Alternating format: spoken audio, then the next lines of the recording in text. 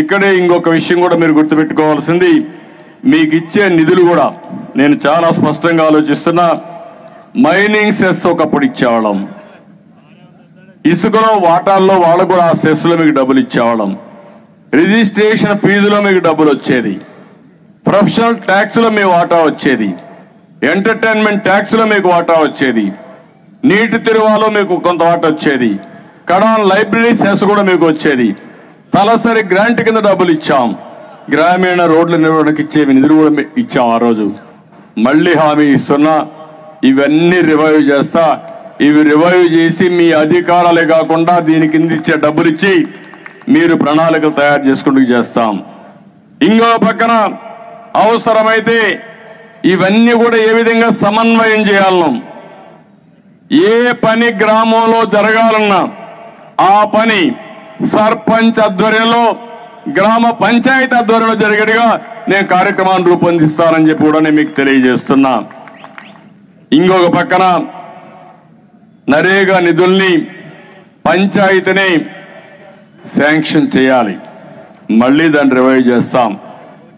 అదే మరి ఎక్కడికక్కడ గ్రామంలో ఆడిట్ చేసే బాధ్యత కూడా సోషల్ ఆడిట్ మీకే అప్పచెప్తాం.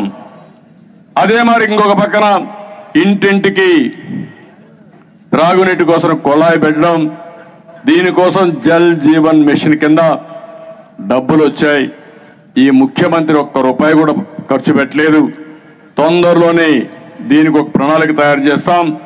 ప్రతి ఒక్క ఇంటికి ప్రొటెక్టెడ్ వాటర్ స్కీమ్ పెట్టి మంచినీళ్ళు ఇచ్చే బాధ్యత తెలుగుదేశం పార్టీ తీసుకుంటాం. అందులో సర్పంచెస్ ప్రధాన పాత్ర ఉంటుంది.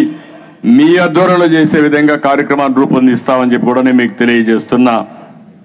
ఇంకొక పక్కన మీ డబ్బులు మీకు చెక్ పవర్ ఇవ్వకుండా మిమ్మల్ని దొంగల మారిగా చూస్తున్నారు. నేనే ఆ రోజు చెక్ పవర్ ఇచ్చాను. మీ మీద నాకు ఆ నమ్మకం ఉంది. ప్రజలు నమ్మిన వ్యక్తి, ప్రజలు ఒప్పుకొని మీకు మ్యాండేట్ ఇస్తే ఆ మ్యాండేట్ తీసేయడం మంచిది కాదు, సర్పంచులను సందేహించడం మంచిది కాదు.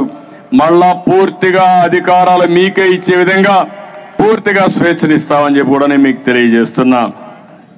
ఇంకొక పక్కన మీకందరికి కూడా ఒకటే ఈరోజు చెప్తున్నా, ఈరోజు సర్పంచ్ 2 సార్లు నేనే పెంచాను.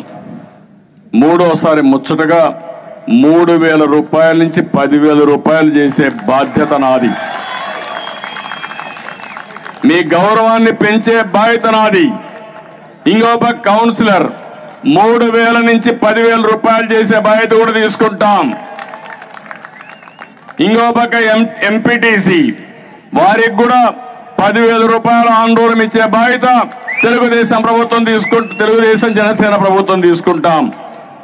4వది జడ్పీటీసీలకి 6,000 ఇస్తున్నారు, ఎంపీపీలకి 10,000 ఇస్తున్నారు. ఈ 2 కూడా 15,000 చేసే బాధ్యత, కార్పొరేటర్ కూడా 15,000 చేసే బాధ్యత తెలుగుదేశం జనసేన ప్రభుత్వం ఏర్పాటు చేస్తామని చెప్పి కూడా నేను మీకు తెలియజేస్తున్నా. జడ్పీటీసీ ప్రెసిడెంట్కి 40,000 నుంచి 50,000 చేస్తాం. మేయర్ కూడా అదే విధంగా పెంచుతామని చెప్పి నేను మీకు తెలియజేస్తున్నాను. ఇది గౌరవ వేతనం అనేది మీకు ఇచ్చే గౌరవం. దీన్ని కూడా ఏ విధంగా చేయాలో చేస్తామని చెప్పి నేను మీకు తెలియజేసుకుంటూ, ఇంకొక పక్కన నేను ఇచ్చినటువంటి ఇందులో మీరు చూస్తే చాలా స్పష్టంగా విధులు, నిధులు, మీ గౌరవం ఈ 3 ఉంటాయి. విధుల కింద ఎన్ని డిపార్ట్మెంట్లు మీకు ఇవ్వగలుగుతామో అన్ని డిపార్ట్మెంట్లు ఇచ్చి గ్రామ అభివృద్ధికి దోహదం చేసే విధంగా చేస్తాం. నిధుల కింద 5 నుంచి 10% నిధులు ఇచ్చే బాధ్యత కూడా తీసుకుంటాం. అదే మాదిరిగా మిగిలిన అన్ని డిపార్ట్మెంట్ డబ్బులు ఇచ్చే పరిస్థితి తీసుకొస్తాం. ఇంకో పక్క గ్రామంలో ఏ విధంగా పనిచేయాలో మీరు ఒక విజన్ డాక్యుమెంట్ తయారు చేసి కడాన మీ ఊర్లో పనిచేసే యువత మీ ఊరు నుంచే వర్క్ ఫ్రం హోమ్ కింద పనిచేసే విధంగా కార్యక్రమాలు ఏర్పాటు చేసే బాధ్యత, ప్రపంచంతో అనుసంధానం చేసే బాధ్యత, ప్రతి ఒక్క ఇంటికి వైఫై ఇచ్చే బాధ్యత తెలుగుదేశం పార్టీ తీసుకుంటుంది. దానివల్ల తెలుగుదేశం జనసేన తీసుకుంటాం. దానివల్ల మీ ఆదాయం పెరుగుతుంది. ఎప్పుడైతే మీ ఊర్లో కూర్చొని డబ్బులు సంపాదిస్తారో కొనుగోలు శక్తి పెరుగుతుంది, ట్యాక్సులు కూడా బాగా పెంచేస్తారు. ఆర్థికంగా వెసులుబాటు వస్తుంది. అలాంటి కార్యక్రమాలు చేస్తామని చెప్పి కూడా నేను మీకు తెలియజేస్తున్నా. ఇంకో పక్క మీరందరూ ఆలోచించుకుని ఎక్కడికక్కడ మహిళా స్వయం సహాయ సంఘాలు కానీ చిన్న తరహా పరిశ్రమలు కానీ ఇవన్నీ పెట్టి ప్రోత్సహిస్తే ఇక్కడ తయారు చేసే వస్తువుల్ని ప్రపంచం మొత్తం మార్కెట్ చేసే విధంగా ఆన్లైన్లో కానీ ఈ-కామర్స్ కానీ మనం ప్రమోట్ చేసి మనం ముందుకు పోయే అవకాశం ఉంటుంది. ఇలాంటి వినూత్నమైన కార్యక్రమాల ద్వారా భవిష్యత్తులో మీకు అండగా ఉంటాం. ఈరోజు మీ అందరూ మీ అభిప్రాయాలు చెప్పారు, మీ మనోభావాలు చెప్పారు. నాకు అర్థమైంది. మీ అధికారాలు కాపాడిన పార్టీ, మీకు నిధులు విధులు ప్రొవైడ్ చేసిన పార్టీ తెలుగుదేశం పార్టీ. ఈరోజు మళ్ళీ హామీ ఇస్తున్నా, తెలుగుదేశం జనసేన ఈ రెండు పార్టీలు కలిపి ఎవ్వరికి అనుమానం అవసరం లేదు. 100% ప్రభుత్వాన్ని ఏర్పాటు చేస్తున్నా, దీంట్లో అనుమానమే లేదు. అయితే ఒక మెసేజ్ చాలా స్పష్టంగా ఇవ్వాలనుకుంటున్నాం. మీ అందరూ కూడా ప్రజాస్వామ్యంలో ఉన్నాం. రేపు జరిగే ఎన్నికలు పార్టీల కోసం వ్యక్తుల కోసం కాదు, 5 కోట్ల ప్రజల కోసం జరిగే ఎన్నికలు ఇవి. ఆంధ్రప్రదేశ్ రాష్ట్ర భవిష్యత్తు కోసం జరిగే ఎన్నికలు ఇవి. మన పిల్లల భవిష్యత్తు కోసం జరిగే ఎన్నికలు ఇవి. ఈ విషయం మీ అందరిలో ఉండాల్సిన అవసరం ఉంది. ఈరోజు ఒక పంచాయతీరాజ్ వ్యవస్థని నిర్వీర్యం చేశారు, మొత్తం విధ్వంసం చేశారు.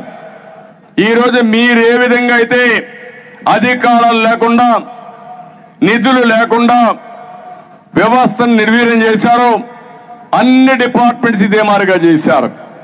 ఒక R&B రోడ్ల పరిస్థితి మీరు చూశారు, ఒక ఆరోగ్యం ఎంత నాశనం చేశారో చూశారు, ఒక విద్య ఎంత విధ్వంసం చేశారో మీరే చూశారు. అంటే రాష్ట్రంలో ఎక్కడైతే వ్యవస్థలు భ్రష్టు పడతాయో, వ్యవస్థల్ని విధ్వంసం చేస్తారో దానివల్ల అందరికీ నష్టం వస్తుంది. కానీ ఒకటే వీళ్ళు మాస్టరైజ్ చేశారు. ఒక పంచాయతీరాజ్లో ఉండే ఒక వ్యక్తి మాట్లాడినా ఇమీడియట్ కేసులు పెట్టడం, పోలీసులు రావడం. ఒక మాటలో చెప్పాలంటే మీ ఊరికి వచ్చి ఎస్ఐ కూడా కేసులు పెట్టడానికి లేదు మీ పర్మిషన్ లేకుండా. ఈ విషయం మీరు గుర్తుపెట్టుకోవాలి. ఆ గ్రామానికి మీరు మెజిస్ట్రేట్ లాంటి వారు, ఫస్ట్ సిటిజన్. మీరు ఏదైనా తప్పు చేశారంటే ఎస్ఐ కూడా మిమ్మల్ని కన్సల్ట్ చేసే పరిస్థితి రావాలి తప్ప ఇష్టానుసారంగా సర్పంచ్ పైన కేసులు పెట్టి మిమ్మల్ని హెరాస్ చేయడం అనేది దుర్మార్గమైన కార్యక్రమం అని చెప్పి కూడా నేను మీకు తెలియజేస్తున్నా. ఈ విషయం మీరు గుర్తుపెట్టుకోవాల్సిన అవసరం ఉంది. ముఖ్యమంత్రులు వస్తారో 5 ఏళ్లకు పోతారు, కానీ వ్యవస్థలనేటి శాశ్వతం. ఆ వ్యవస్థలు కానీ ఆ వ్యవస్థల్లో పనిచేసే వ్యక్తులు కానీ మేమందరం కూడా ట్రస్టీగా ఉండాలి. 5 ఏళ్ళు ఇచ్చిన మ్యాండేట్ మళ్ళా మీకోసం ఉపయోగించాలి తప్ప మా సొంతం కోసం ఉపయోగించి ఎవరు అడ్డం వచ్చినా ఇష్ట ప్రకారం చేస్తానంటే అది మంచి సాంప్రదాయం కాదు. మీరు ఒక్కసారి ఆలోచించండి. పోలవరం ఏమైంది? డయాఫామ్ వాళ్ళు కూడా కొట్టుకోబోయింది. మళ్ళీ డయాఫామ్ వాళ్ళు కట్టాలి అంటే ఎన్నేళ్లు పడుతుంది?